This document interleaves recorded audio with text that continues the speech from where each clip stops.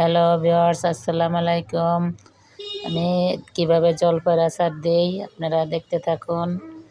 আশা করি আপনারা সবাই ভালো আছেন, আমরাও ভালো আছি। এই যে জলপাইগুলা দেখেন চুলায় কিভাবে দিচ্ছি। 5.5 কেজি জলপাই 3 প্রকারের আচার একসাথে এক ভিডিওতে দেখতে পারবেন আপনারা। একটা আস্ত, একটা লেটকা আর একটা ঝাল তেলের।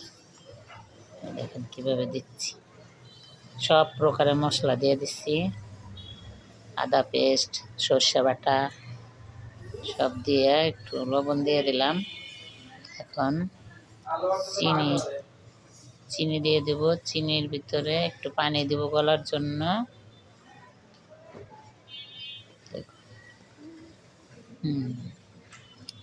দেখুন এই যে কীভাবে বানাচ্ছি, অনেকভাবে বানান।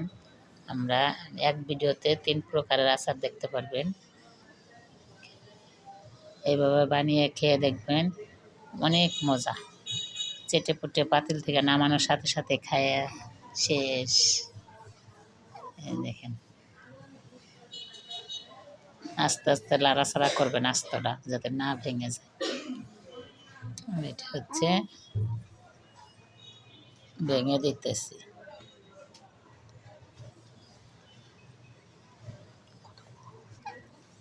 দেখতে থাকুন আমরা এই যে কীভাবে আচার বানাই। একই মশলা সবটাই, এটা একটু মিষ্টি কম, ওইটা একটু মিষ্টি বেশি। ওইটা আস্ত, এটা হলো ভাঙা। আর একটা তেলে ডুবায় রাখবো সারা বছর জুড়ে। মুড়ি ভর্তা, খিচুড়ি এগুলোর সাথে অনেক টেস্ট। আর এটা চাটনি। আস্ত জলপাইটা হাতে নিয়ে নিয়ে পিস পিস করে সবাই কাঁটা চামচ দিয়ে মিষ্টির মতন উঠাই খাইতে পারবে। দেখতে থাকুন। অনেক দিন ধরে ভিডিও বানাই না, আমার ছেলে পরীক্ষা তো এই জন্য পড়াশোনায় অনেক ব্যস্ত। আমার ছেলে সারে ভিডিওগুলা, আপনারা দেখবেন, আপনারা আমাদের সাথে থাকবেন। আমাদের রাফির ছোট্ট চ্যানেলটা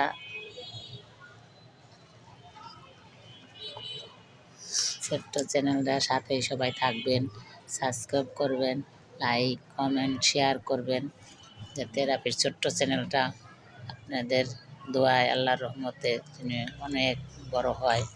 রাফি যেন ভালো মানুষের মতন মানুষ হয়, রাফি যেন পড়ালেখায় মন বসে। এই যে পাঁচফোড়ন লাস্টে ভেজে গুঁড়ি করে তারপর উপর দিয়ে একটু একটু ছিটাই দিয়ে দিই।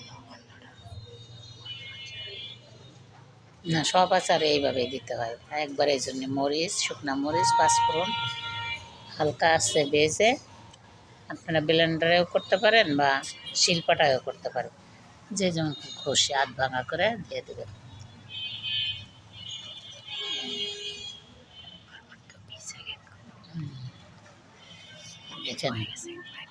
দেখেন আচারটা শেষ, আমাদের আচার বানানো।